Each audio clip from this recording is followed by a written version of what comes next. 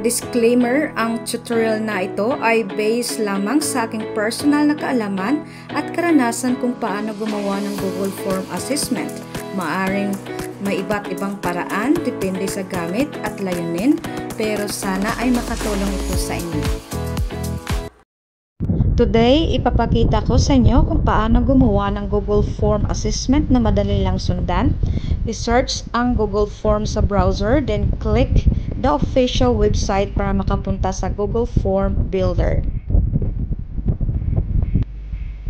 Mag-login gamit ang iyong Google account. Pagkatapos mag-login, makikita mo na ang iba't ibang template ng Google Form.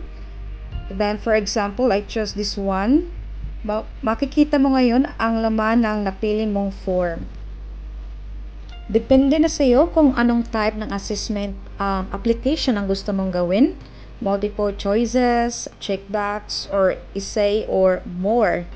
Ako mismo nakagawa ng assessment form para sa aking co-masteran sa graduate school dahil ito ay required from my professor pagkatapos namin ma-assign ng topic per group. So, kung ikaw ay graduate students or teacher, very useful ito sa paggawa ng online quizzes, survey, or activities para sa klase.